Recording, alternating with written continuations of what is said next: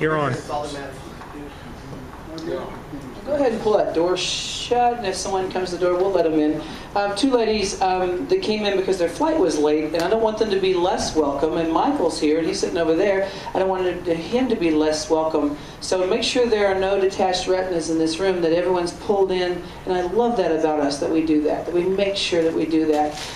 Part of this is networking and talking, making sure people know who you are and what you want. See, I get asked all the time, I know you're busy, who would you recommend?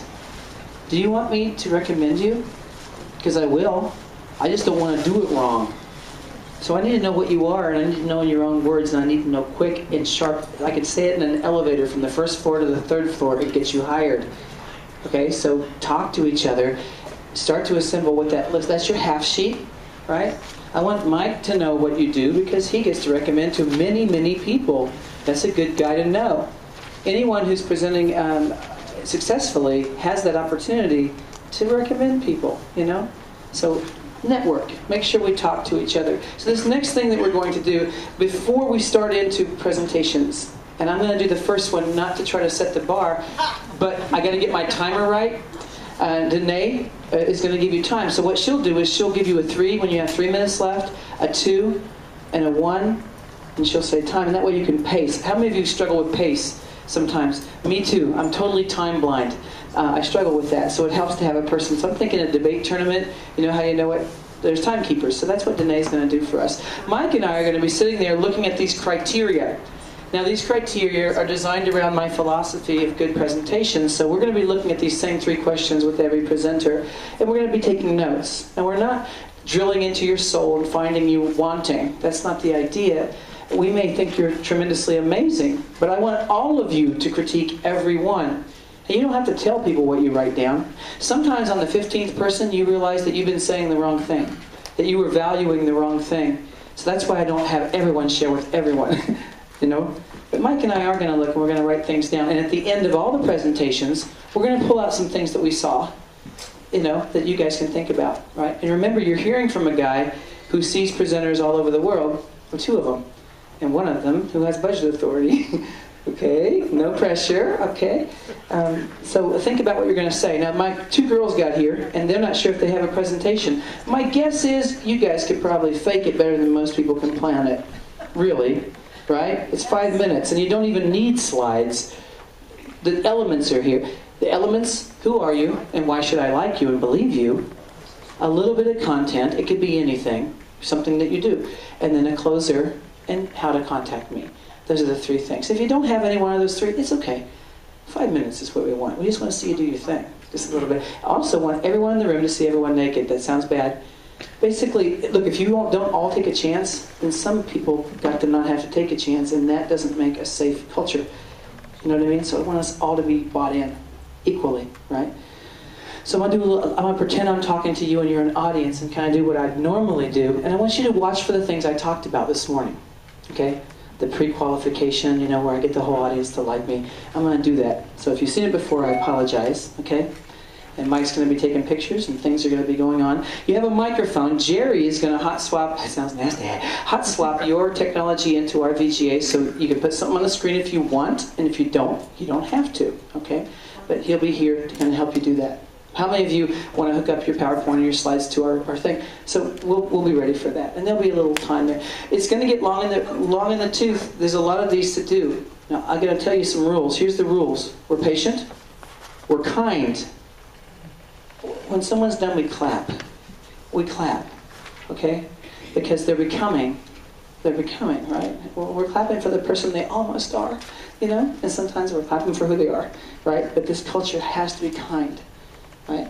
I wish every learning culture was that way. We judge too much, you know? So that's the rules. Okay, so Danae's going to start my 5 minutes, and let me know when you started the 5 minutes. She just gave me the point.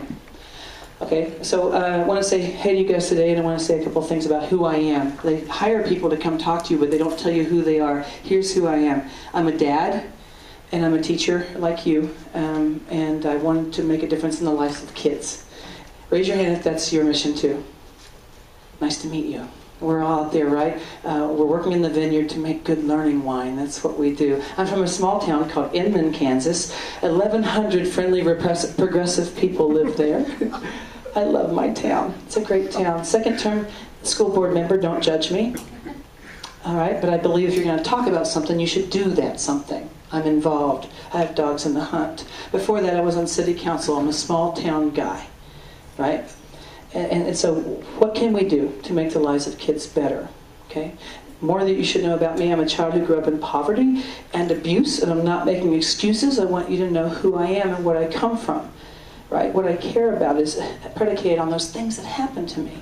Now, I'm tired of kids at risk coming to me and telling me why they can't. Don't bore me with why you can't. Amaze me with why you can. How are you going to succeed anyway? Raise your hand if you think gifted kids are at risk. Yeah, so let's stop qualifying everything. Kids, let's call them kids. Right? And let's call our mission helping them succeed and become amazing people, who they were meant to be. Let's call that the mission. Don't compartmentalize that, right? So what I want is kids to become what they can become. And I collect tools. Yes, I'm going to show you digital tools. I apologize in advance. I'm a digital dumpster diver.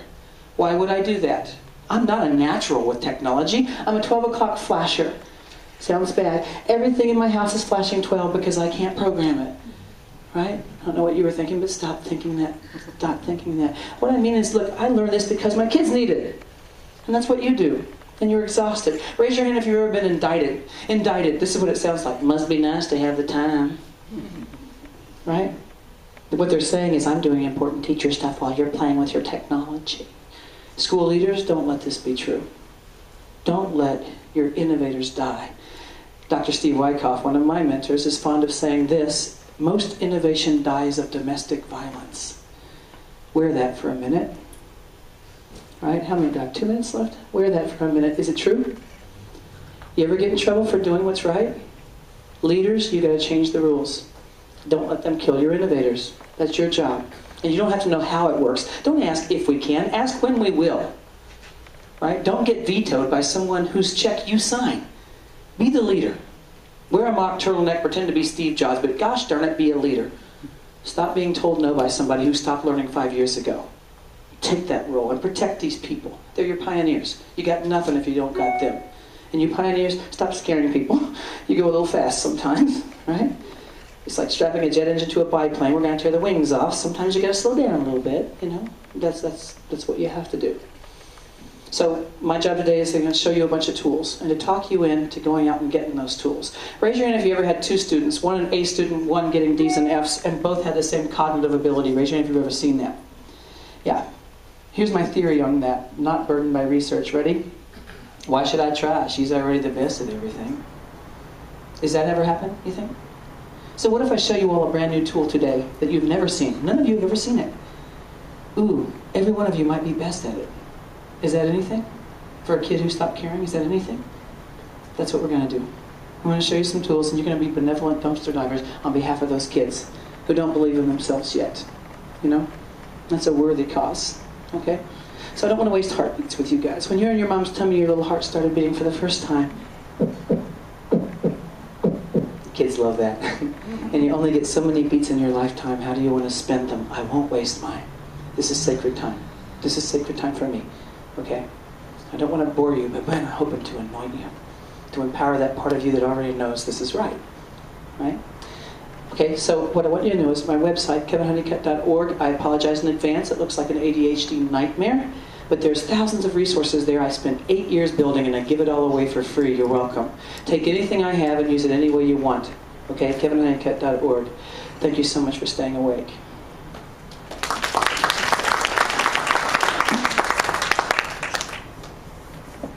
You seriously finished dead on. I was watching. Yeah, it helped. That's the first time. I'm taking her with me from now on. Okay, now, here's how this works. We have someone on deck, someone in the hole, and we just kind of keep the batters coming up to bat. So do we have any brave batters who are ready to come up and swing that bat? Anybody? Follow that? Oh, let's address that. Let's address that. Follow that. No, look. This is my flavor. This is your flavor. Rocky Road, vanilla. We got different flavors, right? So don't compare it that way, right? Bring the best you that you can bring, okay? What I wanted to do is kind of show you how you pace this thing out. And if I don't take a chance with you, then I'm getting away with something, right? But yeah, if you're ready to go. I'll do it. All right, let's give her a round of applause. She's coming up here. Danae, I'm going to give you one more job, Danae, and that's to try to keep in mind who's in the hole. So you got on deck and in the hole, so it keeps flowing, okay? Thanks, Jerry. If you're brave and good at it, go first, you get it over with. That's a good one.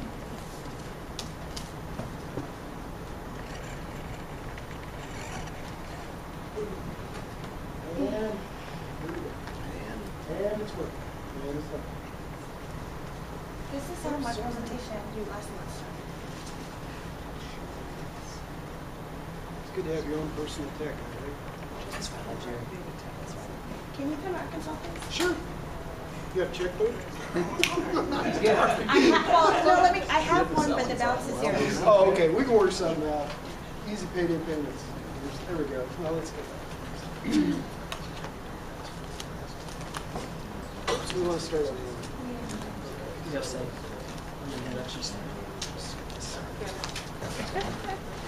Which one's Do you need to get your or swivel there's pin then? stacks. Oh, yeah, it's good. Yeah. I'll let you.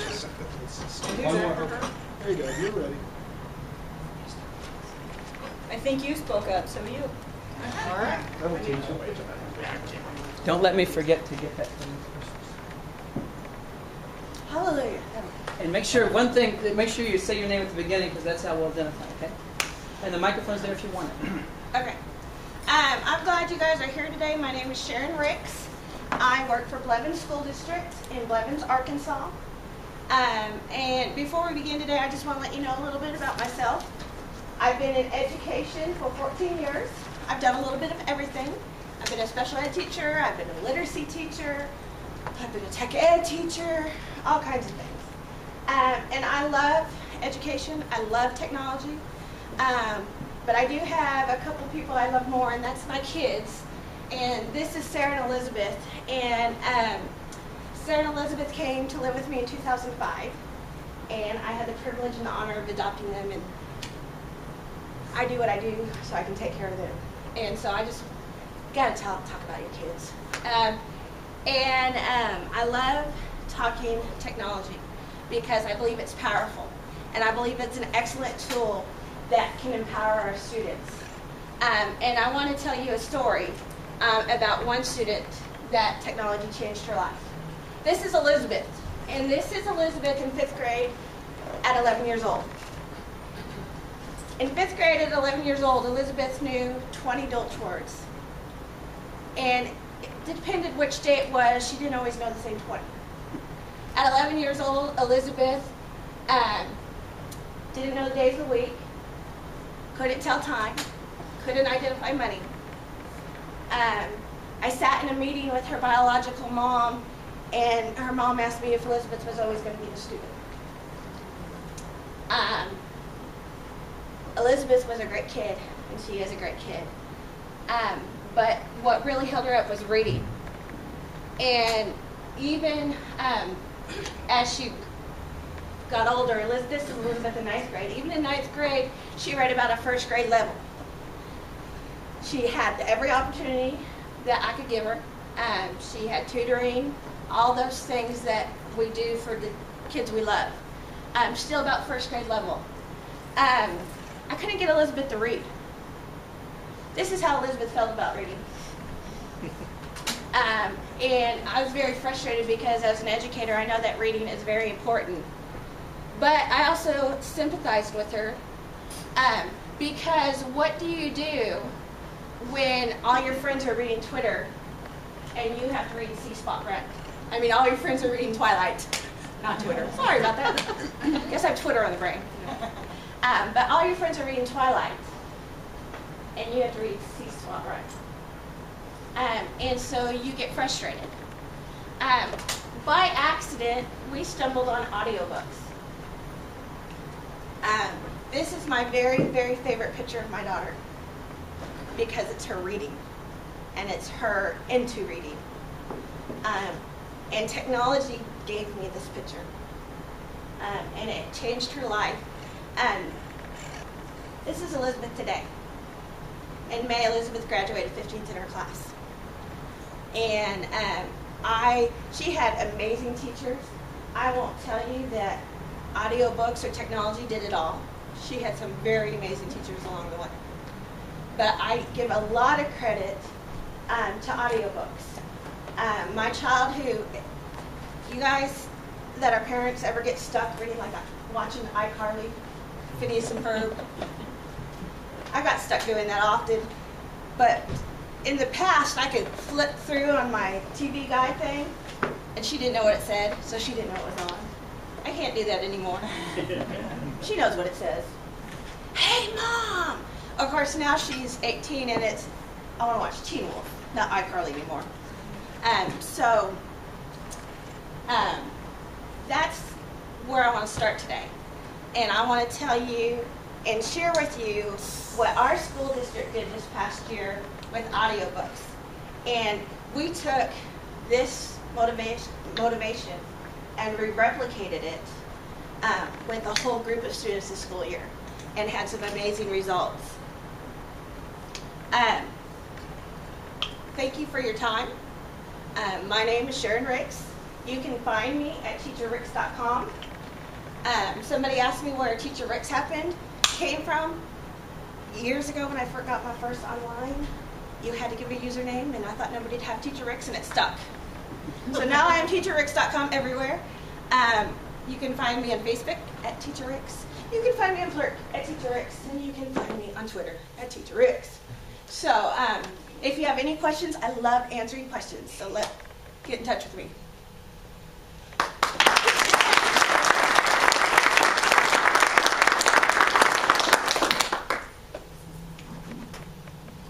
This is so scary.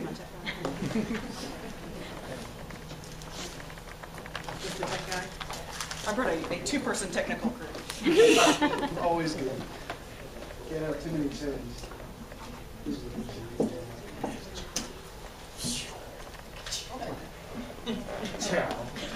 The camera followed me all the way over here. That's good. And it lets you walk with confidence. That's right.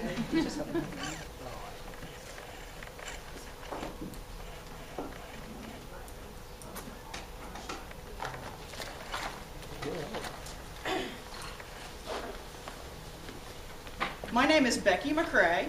I am one of the few exceptions in this room. I am not an educator. So you may throw rocks at me starting right now because I'm different. However, my great-grandmother was a teacher in the Oklahoma Panhandle in the 1920s. She lived through the Dust Bowl. She and her daughter lived in a tar paper shack so that they could teach kids. So commitment to education does run deep in my family. So I hope you'll at least let me get by on that. I'm an entrepreneur. I start businesses. This is what I do. I started my first business in junior high school. I washed cars at the local gas station. Now, in the long list of successes and failures in my life, you can put the car washing business down in the category of failures, as it was not particularly a successful business, but I learned a lot from it. So I am probably the only person in the room who is the combination cattle rancher, liquor store owner, and 3 more businesses. So that's who I am. I do businesses. But, like a lot of small town people, the fact that I have to have 5 businesses to make a living tells you something about small towns. I've also done the thing which is also go out and have jobs in the community. So I've worked a lot of different jobs. I mean, I've worked, I'm not kidding, everywhere from the laundry to the city manager job and everything in between, I think. And you can either say that that means a lot of job hopping, or it means I was doing a lot of market research about small towns. Take it however you'd like. So as an entrepreneur in starting a lot of businesses, then the question became, what comes of that? When I was working at as a city manager, I looked around at the communities around us. And I paid attention to which ones were thriving and which ones were failing. And I wondered, what was the difference? What made the difference for the communities that are surviving? What is that factor? And because I'm a small business person, that's the first place I looked because that's what I know. And I found the research that backs this up, that a larger number of independently owned small businesses is associated with a whole lot of success factors for small towns. higher personal income, lower unemployment, higher educational attainment, better graduation rates, better health indicators, and lower crime, all tied to the presence of more locally owned independent businesses. Now, the researchers have this theory that it's because small business owners are invested in their community. They know their community has to succeed if their business is going to succeed. I think there's something else. I think there's one more step, and that's that no solution ever comes from outside. All solutions come from within. Ideas, inspiration, motivation, and a push can come from the outside. But the real people who work on tackling issues locally are the people in the community. People like you. People like you and the small business owners that you deal with every day in your town, no matter the size.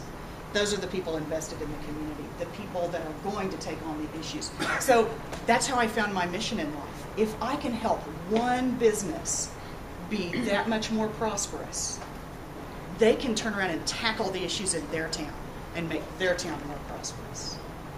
That's how you get around to solving the issues in every town. The solutions never come from the outside, but what I can do is make one business person that much more prosperous. So I have a gift for you. If you get as excited about these ideas as I do, I invite you to stop by smallbizsurvival.com. That's where I have tools and articles and resources and everything I've accumulated and thought about this subject for a long time on small business, on tourism, because that's a big part of development for small towns, on small towns and rural issues, on social media and marketing and reaching outside your geography. And at the very top, you'll find a little welcome for you. There's a booklet of 20 ideas for businesses you can start in a small town. This might be, yeah, see, the educators' heads pop up. Oh my gosh, classroom fodder. We can actually take these and do projects. In it is also, if you don't like any of those 20 ideas, there's 7 ways to make your own ideas that are in the back of that. See, I may not be an educator, but you know, great-grandma and grandma kind of pounded it into my head. So there I have it for you. I hope you'll join me. Take what makes me so excited about small towns and the future that we have, put it with what makes you so excited about kids, and together we will secure a prosperous future for all of our small towns.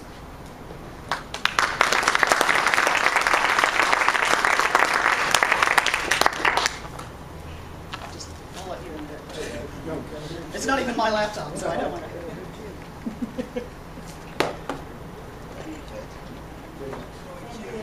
Anoint you as the next presenter. Thank you so much. It's always a blessing.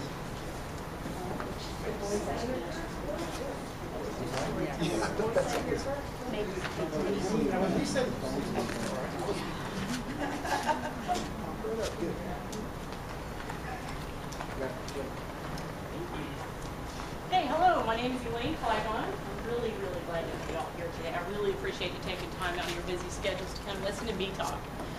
I am an instructional technology specialist in a one-to-one district in Texas, Irving, Texas, and I'm actually a specialist in 2 high schools. I used to be a science teacher, and I learned a lot from my kids when I was teaching science, and I actually miss kids so much that I continue to teach online, so I still have those interactions with students on a daily basis.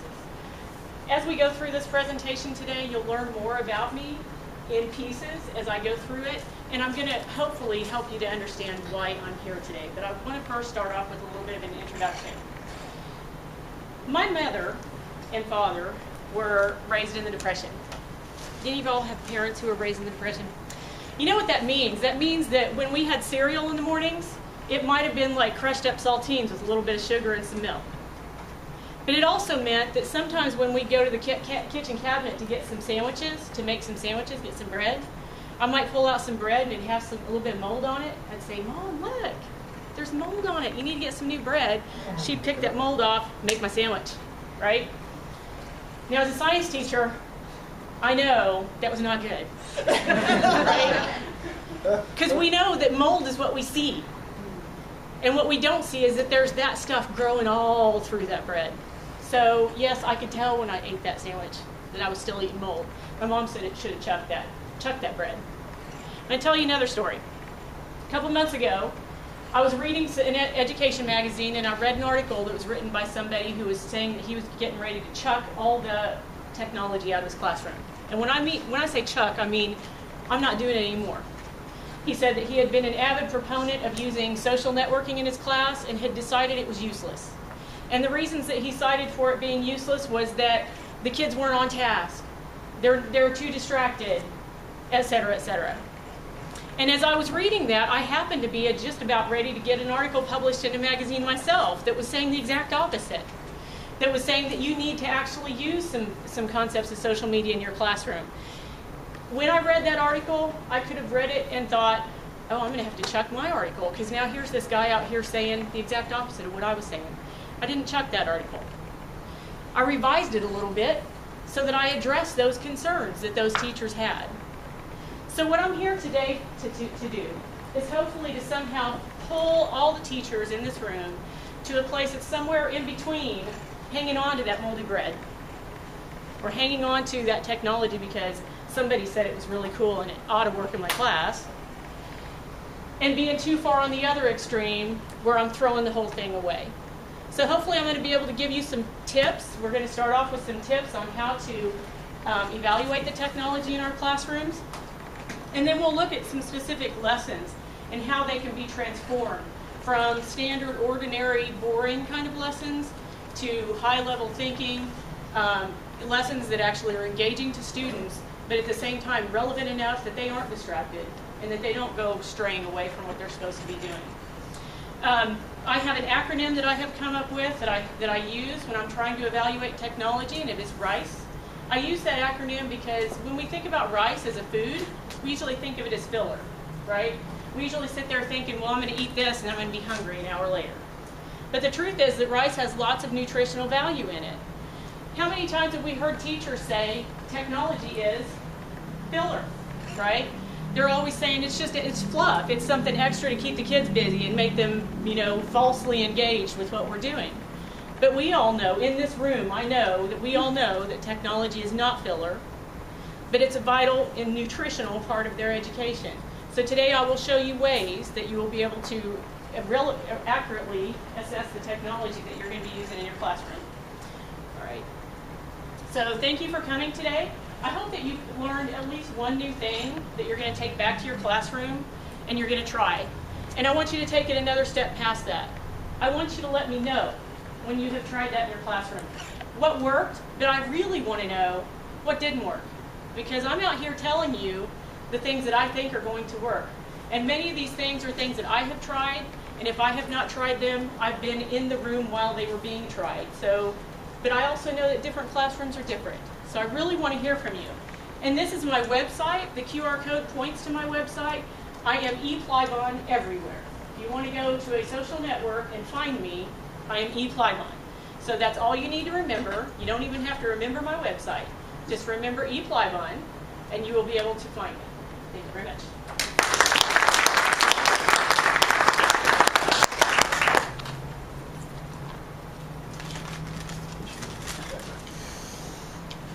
Hold on, you don't get this. Come on, bring it on. I know. No friends, no I friends. know. So mean. Break away. One or two. Just one. Okay. Can I have the camera? No, Oh. Call it early. it's all about me. Sound right? Okay. So, I'm super excited to be here today. A little bit about myself. I've been a teacher for 10 years. Oh my goodness, I just finished up my 10th year. I have taught in special education for 9 of those years. I taught first grade for 1 year. And then my friends across the hallway compared me to the Biggest Loser. I was that teacher that tried really, really, really hard every week and either gained weight or stayed the same. That was me teaching first grade. So they said, Andrea, we're about to open up an autism unit. Would you like to do it? I said, please, get me out of first grade.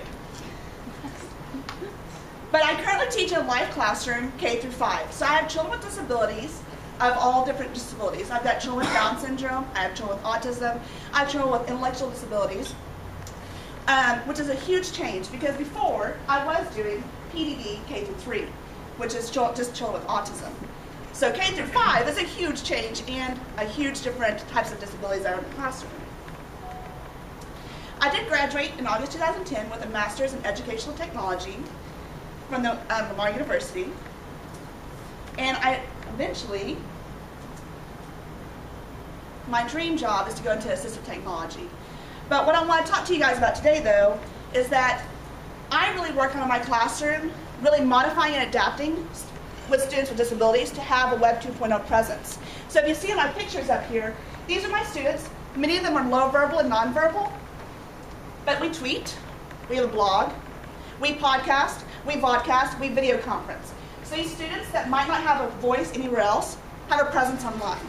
Our blog has over 1,500 hits in the last year. Now how cool is that? These students that don't have voices have a voice online. So I really am excited today to talk to you guys about technology in the multi-ability classroom, because that's where we're at. So right here, these are, this is a cheap talk, well, a type of cheap talk. And so my student that has no verbal skills can actually push the buttons to help with an activity.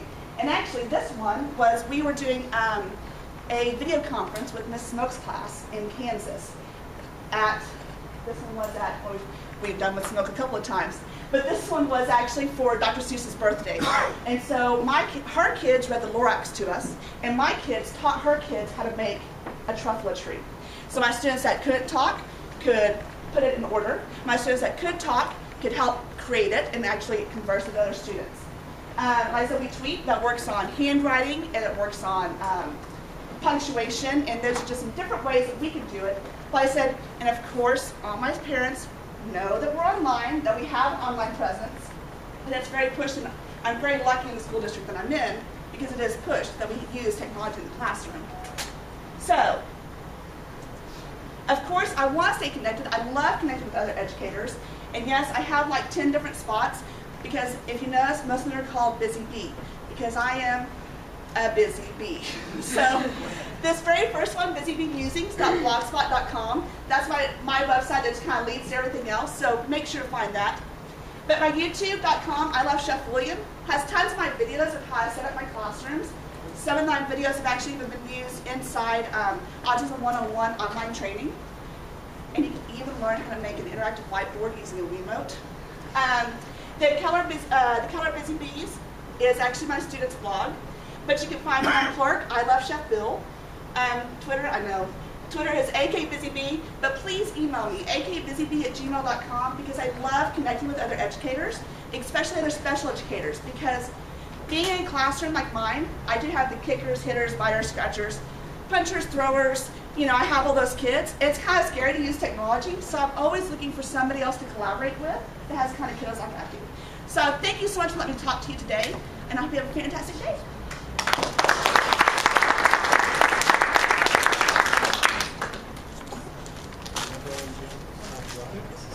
Yeah.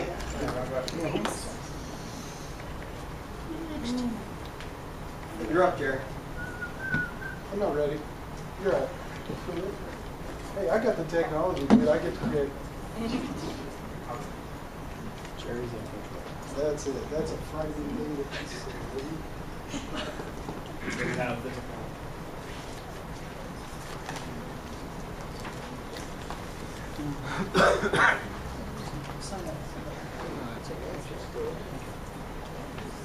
Oh, Jerry, what'd you do to my settings? I didn't do it. I swear I did not do it.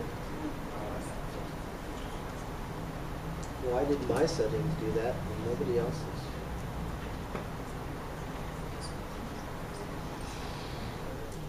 Did you look at the man screen res? Yeah, that's probably It what it is. Google displays. sometimes shuffles things up for us. So yeah, the displays will do it. Oh, the one.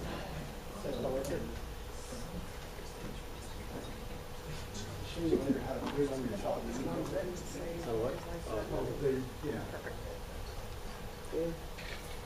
That's not really bad.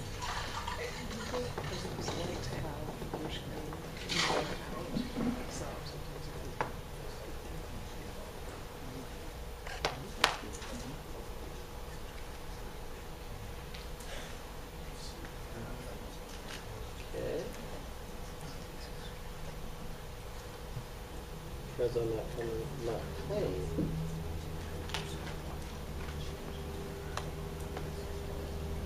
The interwebs What's are in your broken.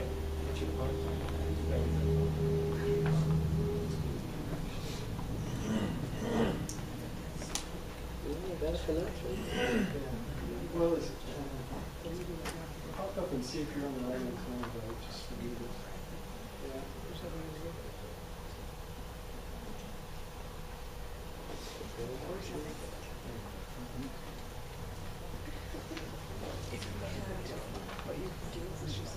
Oh, let's go another route.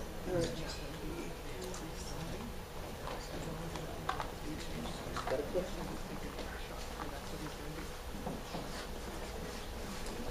All right, we'll go with this way. Hello, my name is Paul Shercliffe. I'd like to thank you for coming here and hanging out with me for a little bit today. First, I thought I'd let you know a little bit about who I am. I've been a learner all my life. I've really loved learning about all sorts of different things. It's been about the past 15 years that I've done it in a classroom. First, I started my career out as a nuclear engineer, but I really liked the interactions with school-age kids because I had coached sports since age 18. So some things happened in life that made me move back and around and brought me back to this idea of I should do this teaching thing. I really like working with kids and helping them get better at things that they enjoy. I started out teaching at a community college for about 5 years, teaching pretty much all day, but like 3 classes. So I spent a whole work day there. It was a great time. That's when the World Wide Web started, which was just an amazing revolution to me because I could find out anything I wanted. It was all there, and I could find magazines that I could read that I'd have to go buy, but no, I can read them here. And then I moved into high school because I really wanted high school because community college doesn't have lots of involvement with the kids. You got them in class, they're gone. Whereas high school, you got sports, you got extracurriculars, you got plays, and those are the things that it makes the whole well-rounded, and I really love those things. This is my classroom. Some people might think it's a little bit of a mess, disorganized. The janitor doesn't like it. We clean our room because the tables are not ever in the same place. I like working a lot of hands-on kind of things. I've been at this school for 10 years. I was at another school for 1 year. Principal and I didn't see eye to eye, so she said goodbye. I said, okay. We do a lot of hands-on stuff. I try to make more project, more really involved stuff. Not a lot of lecture, not a lot of book. I mean, that's where we go. I do science and math, but I'm also obviously a football coach. I help out with basketball, doing scoreboard and stuff. But that's what I do is learn and help them learn. And that's my idea. And I see with the technology that technology is not to them technology, it's just life. So like utilizing some things that are just natural to them. And one of the things that I'd like to talk to you about today is using e-portfolios. Now my classroom used e-portfolios for a few years, and we use Blogger. I just found Blogger to be a little bit easier interface to deal with things. But a neat thing about e-portfolios, I just want them documenting their work so that they have a whole record of their work. Otherwise, at the end of the year, what do they do with that folder that I remember 10 years ago when I first started teaching high school? That there was the handouts. They toss them. But here they don't toss it. But they can put pictures of the work. They write something, drop. They can just take a picture and throw it up there. We can put videos up there. They take just short little videos. Shoot them with an iPad. Shoot them with their phone. Shoot them with whatever. Pop up some video. We can embed audio so they can discuss. And getting their voice is such an important thing, I think. I want to hear them. I want to hear their confidence in what they're talking about, or they're not confident talking about that. And so I can find that in e-portfolio. We can put up little slideshows and presentations. If they just want to put up a couple pictures, they can take screenshots of things. Because it's technology's right there, and I want to see what they do, and because they all do something a little different. And it's nice that I can keep going back and looking at stuff to see how they have progressed through their learning. And that's the portfolio aspect that I really love, and I really think almost all classes should do. And with the electronic capability right now, it should be simple for them to keep for a long time. And they can look back at it. and we can comment, and we can talk. So there's things that it just enhances their learning, I think. So if you'd like to discuss this some more, share some of your successes and failures, because you will have failures. I love Mythbusters saying, I have the Mythbusters cut out in my classroom. Failure is always an option. You got to come in expecting to fail, but you got to fix it. That's what you got to do. You can email me there. You can find me on Twitter and Plurk at Shirky17, and that QR code is also my contact information if you have a QR app on your phone. Thank you for having me today, and hope you can share some things with me.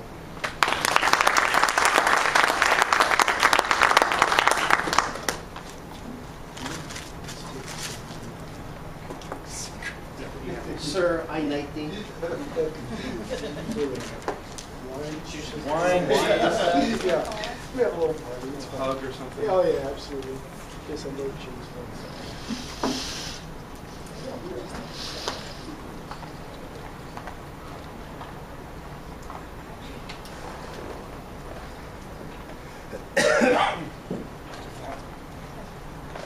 Oh, it's just around. The right way, yeah. Does it matter if it's backward? Yeah, it does, in fact, yeah. Well, good morning, or good afternoon, everyone. I am Dr. Jim Bigley from Harrisburg, Pennsylvania. Going to talk a little bit today about one of my favorite subjects that I'm really passionate about. It's called tradigital history. But first I want to talk a little bit about myself. I'm an educational technologist. I'm not a K-12 teacher. I have my bachelor's degree in computer science, so I speak geek. At a school board meeting a long time ago, my superintendent said, "Jim, you don't have a master's degree, do you?" And I said, "No, ma'am." And she said, "You need to work on that." So I went back, I got my master's degree in educational technology, and I have my doctorate in instructional technology, where I studied how Pennsylvania teachers use technology to teach the topic of the American Civil War. Oh, and by the way, they don't. So hence the reason why it's like, why? It just makes it so easy. So what we're going to talk about today is some of the barriers and how to get over them. But in addition to being an educational technologist, I'm a blogger. I run a popular blog on my website, teachthecivilwar.com. Kind of stemmed out of the passion that I had and all these resources that I was finding for teaching the American Civil War. I said, why not start a blog? So I did. Started using that. I have since turned it into becoming a podcaster. So taking that information, I decided I didn't like to write as much, so I needed more content on my website. So I started the podcast. So I interview historians, and I take my kids, and we do visits, and we do things like that. I put that all on my blog, and I have another avenue to share my resources. I'm a Harry Potter geek. I run a podcast on Harry Potter called The Secrets of Harry Potter, where we talk about all the Christian symbolism around the books and the series. So it's not just a story about a young wizard for kids. There's a lot of symbolism in the books. I'm a Civil War buff, and for those of you who don't know me, I live 35 miles north of Gettysburg. So it's kind of like the Civil War Mecca for people, right? I'm an hour from Antietam. And then, we just took the kids to Fort McHenry, which is the site of the Star-Spangled Banner, but few people know that it was actually a Civil War prisoner fort, a Union fort. So we went there, and, it's just one of those things I get to feed my inner geek. But most of all, I'm a husband and a dad to my 4 children. So, and I said I have this passion for American history. These are my kids, Sarah, CJ, Josh, and Jacob. And Devil's Den in Gettysburg, getting their history geek on, we are finding rock carvings in Gettysburg. And there they are with a book, pointing out the rock carvings in Gettysburg. They are doing history and exploring the battlefield in ways that the hundreds of thousands of tourists who come to that place never do. Our goal when we go to Gettysburg is to learn one new thing every time we go. When you do that in your classroom, learn one new thing every time you do something. Get students, find out what they're passionate about. What are your students passionate about? So, today we're going to talk a little bit about tradigital history. So when you think about history classrooms, right, this is traditional rote memorization. What is the important dates in history, things like that. Tradigital history takes those traditional concepts, brings them forward in time, and uses modern technology to do them. We're going to talk about some of the barriers to overcome implementing these technologies.